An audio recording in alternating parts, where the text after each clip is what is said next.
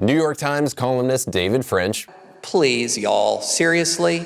And Eric Metaxas. Jane, you ignorant slut. All the way back in 2020 had an incredible debate about whether or not Christians should vote for Donald Trump. Donald, you're the most amazing guy. Well, let's just say that the debate has not aged well for David French. And Joan Shingang, I'm going to pronounce her, Shanga Kawawa. So I thought it was important to go back and take a look so that we can ask that question moving forward in 2024.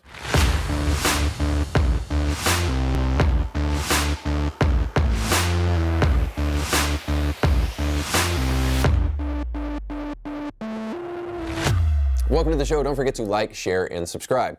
If you have yet to see our brand new trailer for the film Fatherless that showcases the breakdown of the nuclear family, then you need to do so.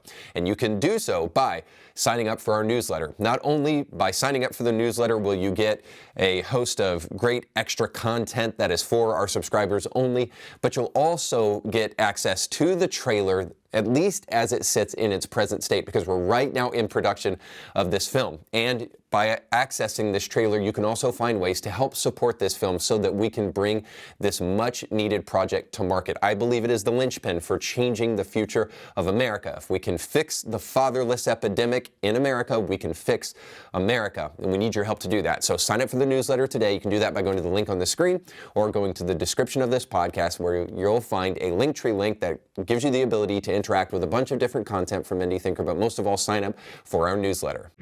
Abraham Kuyper said, "There is no square inch under heaven in which Jesus Christ, who is sovereign over all, does not shout mine."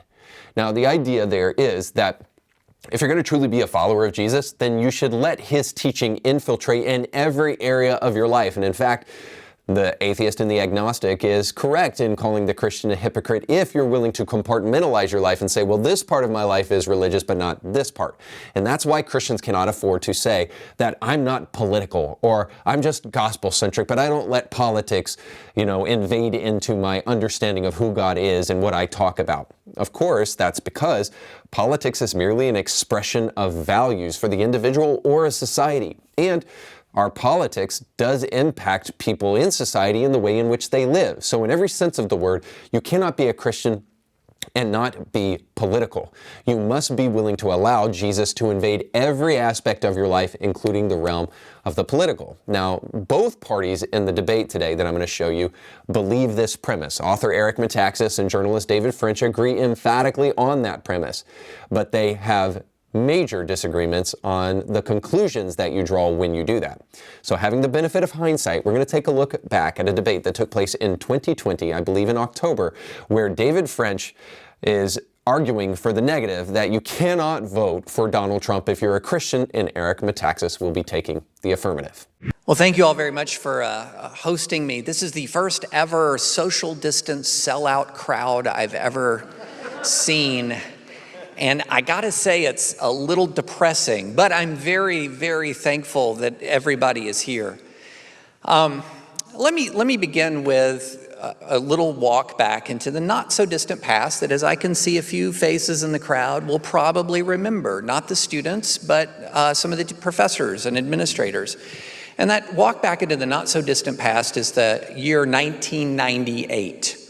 Those of you who remember that year will remember it's notable for a couple of things. The American economy was booming. Job creation and economic growth during the Clinton years were at an incredible rate. They were the highest rate in modern times, far higher than, for example, the Trump administration before the pandemic, far higher than the Obama administration, far higher than the Bush administration. The Cold War was over. There was peace. There was prosperity. But the president was gravely morally deficient in many ways. Gravely morally deficient. He had an affair with an intern in the White House, lied about it under oath, tried to obstruct justice about this affair. So what were we going to do about it as a Christian people? As a Christian people, how are we going to use our moral voice, our moral witness to the world? Well, one of the ways that we used our moral voice and our moral witnesses, we loudly proclaimed the importance of character in leaders. And we didn't just do it as a matter of political expediency, we tied it to Scripture and to deep theological truth. I'm sure there are members of the Southern Baptist Convention in this room, and and you might remember that in 1998, the Southern Baptist Convention introduced a resolution on the character of public officials. And one of the clauses in that resolution said that tolerance of serious wrong by public officials sears the conscience of a culture. It spawns immorality and surely will result in God's judgment. A generation of white evangelicals enthusiastically looked at that and said, "Amen, brother. Absolutely, this is absolute common sense." A shorthand version of this is character is destiny. And for a very long time, one of the good things about the conservative evangelical movement is if you polled conservative evangelicals and you polled the nation, every strand or strain of religion or non-religion, you know the community of people who were most likely to say that character mattered in government and in government officials. That was going to be American evangelicals. Currently, American evangelicals are now, according to the most recent polls, the community of people least likely to say that character matters in government. What happened? Was it a theological revolution? Was it a new reading of Scripture accompanied by copious apologies to Bill Clinton? As Al Mohler promised, he said if he ever supported Donald Trump, he'd apologize to Bill Clinton. No, it was nothing like that. It was nothing like that. It turned out, y'all, that the commitment to character in leadership, which was grounded in truth in 1998, was grounded in something else that was even more powerful than truth to an awful lot of Christians, and that was partisanship. When it came time to carry a cost to a commitment of character, Christian conservatives deserted the field. Now, the problem was when they deserted the field, they didn't change the underlying theological truths that they articulated in 1998. Indeed, they could not change the underlying theological truths in 1998 because those truths weren't up to them. And some of the core truths here, if you're going to boil down what we're talking about, it is character matters. Not only does character matters, but in many ways, character is destiny. And look, if you look at the United States of America right now, things are not good.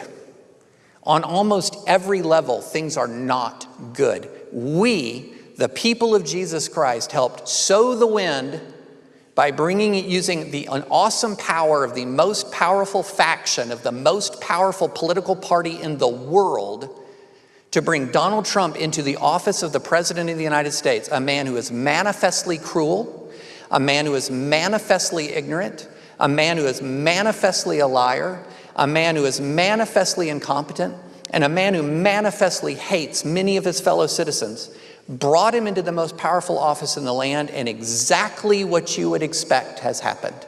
And guess what? Probably between 70 and 80% of people, white evangelicals in this country, will do it again, and I am very sorry that is about to happen.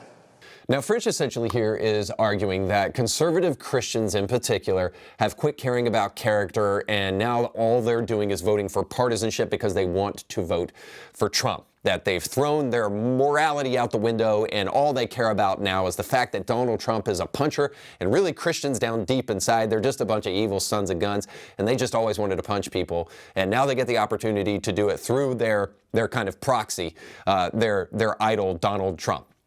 Now, forgive me if I think that that's totally ludicrous and actually suggest, rather, that what conservative Christians are doing in the present, especially when they vote for Donald Trump, is actually being nuanced. They're actually seeing the difference between character flaws, which Donald Trump has a bajillion of them, and we're seeing the difference between that and perhaps like murdering babies, right? So yeah, French wanted to talk about Bill Clinton here. So Bill Clinton was a philanderer. Now, the difference between Bill Clinton is that Bill Clinton was a philanderer in office, whereas Donald Trump, last I checked, wasn't having sex with prostitutes and paying them off or porn stars while he was in the White House as the president. This is something that took place, like 15 years ago, when, by the way, Donald Trump was a Democrat. Thank God he's been saved since then. But the reality is, jokes aside, that when Christians say that we're willing to push aside the character defects of a man in order to I guess, create a hierarchy of morality, what they're actually doing is that saying that there are some things that are more important than other things. Now, isn't that true? Isn't that something that Christians should believe? And if they truly are believers that a life is a life from conception, then when we're talking about a group of political people who want to even murder babies all the way up to the 3rd trimester, many of them, then aren't we logically consistent by saying, hey, we can maybe push aside the moral indiscretions of a man in the past and the way in which he talks to people in the present, and we can say, hey, it's worth saving lives, so let's rally around this guy? Now, not to mention, not only is Donald Trump responsible for doing that literally by the overturning of Roe v. Wade, but he's responsible for doing that in the tens of thousands. Not too long ago, Fox reported that an estimated 30,000 babies were saved since the overturning of Roe v. Wade. Now, last I checked, one is a lot, and it was during COVID for liberals and Democrats. So 30,000 babies is much more than one, and that's how many Donald Trump potentially was responsible, not single-handedly, obviously, but responsible for helping save, because he instituted Supreme Court justices that were vastly more conservative than before. So forgive me for seeing the difference between apples and oranges and recognizing it very clearly here. Now, I do want to just say one last thing about French's argument here.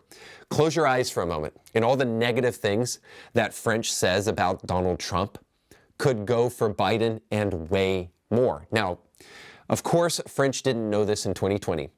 And that's kind of one of the things about this debate that's a little bit frustrating, is that French is almost in a winning position from the beginning because he gets to create a unicorn called Joe Biden, who has never been the president before, and kind of wish cast into this magic unicorn called Joe Biden. But here, in 2024, in the land of reality, where leprechauns and unicorns and the LGBTQ element of people don't get to decide what gender they are, to be correct, they don't get to decide what biological sex they are based upon whatever they feel their gender is. In the real world, the truth is that Biden has been the worst president in my lifetime, if not ever. Now, we'll get into this just a little bit more, but the reality is that this didn't age well for French, because Biden has been destructive in almost every single front you can think of. So much for your moral support of a guy like Biden, who's way less radical than some of his leftist counterparts. We know better now.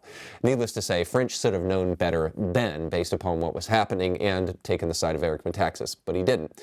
So next we're going to hear from Eric Metaxas and see what he has to say about Donald Trump. David, thanks for all you say. I disagree with some of the things you say. I agree with a number of the things you say. The reason we're here tonight, and I want to thank John Brown University, is because we all know that the answer to everything is Jesus. We know that. And the difficulty, of course, is trying to figure out what that means in every different circumstance. And the Trump situation is one of the most complicated. I come at it from a very strange position, in a way, because I grew up in Queens, New York, which is where Trump is from. So I feel like I understand the way he communicates, kind of like he's a street communicator on some level. Martin Luther, about whom I've written a book, was a lot like that too, and had a lot of people who criticized him for it, rightly. But part of my background also is that my parents are immigrants. My dad came from Greece in the mid-50s. My mom came from Germany. And my whole life, I have seen them struggle as outsiders with accents. And so I get that. But they raised me to love America. Why? Because with all its faults, there was no other place in the world where they could find the opportunity and the freedom that they did here. And they raised me to love this country, not because it was perfect, but because it gave the greatest opportunity to the most people. So when we're talking about somebody like Donald Trump, even if everything David said were true, and I wouldn't say that it is, but even if it were, I would say, well, you have to deal with the issue that a few years ago you had to either go for Trump or you had to go for Hillary Clinton. This time you have to go for Trump or whoever is going to be president on the other side. I think Joe Biden is kind of like a cardboard cutout, and I don't know what's going to happen if he were to be elected, which is one reason that I would be scared to death if he were elected. If the Joe Biden of 20 years ago were elected, that would be one thing. But I think we have to be fair and say that whatever we say about anybody, it's a choice between two people. I don't agree that Trump is cruel. I don't agree that he's racist. I don't agree. Listen, I wrote a 300-page book praising the man who abolished the slave trade in the British Empire. I'm on the record, okay, as believing that your Christian faith would lead you not to be racist and to fight racism. I wrote a 600-page book on Bonhoeffer, which the central point of it is almost that Jesus was not a white Aryan, but a Jew.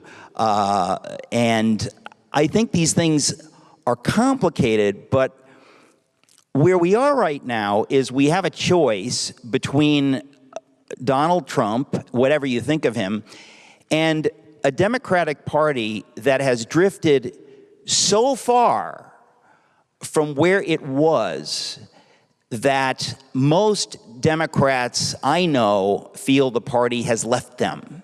In other words, if we're talking about Joe Biden 20 years ago or 30 years ago, a lot of people would say, look, he's a centrist, but today, the Democratic Party, in a funny way, because of Trump, I think, drives people crazy, and he gets them to say things that they wouldn't normally say.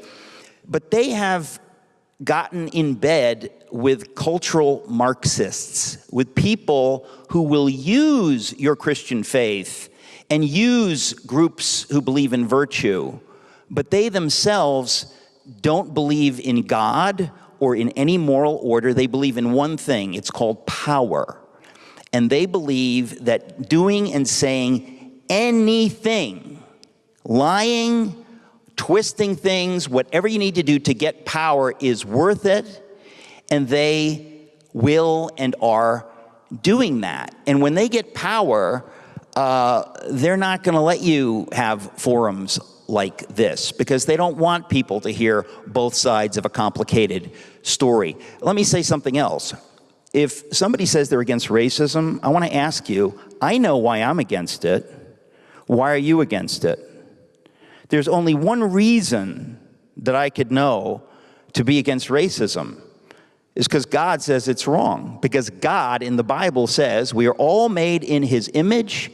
We are all equal in His sight. He died for every one of us equally. He's no respecter of persons. That's from the Bible. If you ask an atheist, if you ask a cultural Marxist, most of the Antifa folks, most of the BLM folks are cultural Marxists who don't believe any of the things that we who disagree up here believe. In the dignity of the individual, the sanctity of the individual, that character counts. We can talk about the details, but we believe those things. They don't. And today's Democratic Party has been so utterly, radically hijacked by those folks that I'm here to tell you, most of you are very young, I've seen a lot of stuff in my time. I have never, ever dreamt that one of our major political parties could be taken over by people like this. I love Eric's argument at the front here. I'll just be honest with you. Obviously, there's a favorite I have in this race, but it is because I believe he has the better argument. Eric Metaxas says that we don't root for America because it's perfect. We root for it because it is the best opportunity that people have to achieve freedom and perhaps the life that God intended for them to have on this earth. And I absolutely 100% agree with that. I think if you disagree with that, you probably haven't been to other countries. And I'm not saying there aren't other countries that do things better than us. I'm saying that as an aggregate, America is the best thing to happen to the world and one of the most important empires to ever exist in the history of the world, and it has provided prosperity for millions of people. Now, ultimately, Metaxas is just using this argument as a proxy for Donald Trump. Donald Trump is obviously not perfect, but we have to be more pragmatic in our approach when we talk about who we're voting for. So harsh speech can be a little bit subjective, David French, and so we probably need a little bit better of an objective metric in order to figure out who we're going to vote for. Furthermore, pragmatically speaking, I'll just be honest with you, and maybe this is true of you. I can't think of a single individual in my, 22 years, maybe 24 years of voting. I can't think of a single individual that I actually voted for because I was like, I want this person to win because they're the best person in America to be the president. Almost every single time I voted for anybody, I was voting against the other guy. I was just like, and it's really sad, right, in America that we can't come up with better people than this, than just to say, I can't imagine our country being led by that individual, so I'm forced to vote for this other person, is almost the way I believe the vast majority of Christians voted for Trump in 2016, and then maybe less, to a lesser degree in 2020. Why? Because Trump actually proved that he's not that bad on policy. In fact, I don't remember a single war that Trump got the world into or that was going on during the Trump administration. But now we've got war in Israel and we've got war in the Ukraine. And both of those were preceded by things that Joe Biden did. Now, again, French didn't know this at the time, but the Afghanistan withdrawal was what preceded the attack in Ukraine and the war that's still ongoing there. And of course, the giving of millions of dollars to Iran was what preceded the attack on Israel, where Hamas has been known to be funded by Hezbollah in Iran. So all of this is clearly things that we need to think about when we're looking at people pragmatically. So the pragmatic approach is what I think Eric is trying to argue for here, and I think it's really important that we think about political candidates from this approach. Let's just look at policies, let's push personality to the side, let's look at policies, and then let's just be really honest. And of course, Eric here really clearly illustrates that the Democratic Party has been hell on minority communities, especially in the inner city. Let's just be honest about that.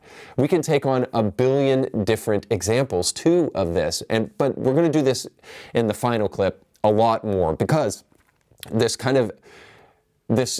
encouragement toward pragmatism takes on, I think, a more important place as French responds to Metaxas and the Metaxas responds to French at the end of their debate.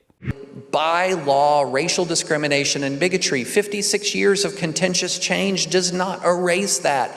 And so when we see what we have seen with our own eyes, the declaration Black Lives Matter is something that needs desperately to be said in this culture and in this country. Does that mean, as a pro-life Christian who supports religious liberty and families, that I'm going to read the Black Lives Matter organization, this small organization that you can look up on the website, and they have elements where they're against the nuclear family or they want to see a pardon for a cop killer and say, oh, French, you're for that? Please, y'all, seriously?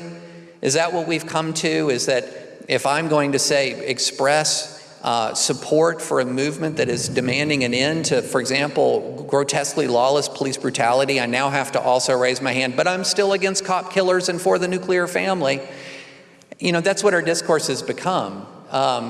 You know, the reason why I pointed out the alt-right and the reason why I've pointed out QAnon, you know, white evangelicals are not Antifa supporters. They're not, you know, the formal BLM organization supporters, but they are supporting Donald Trump by overwhelming numbers. And guess what is in the movement? This movement that they have helped put in power is some of the most vile, racist you can possibly imagine. I can tell you stories of what has happened to my family.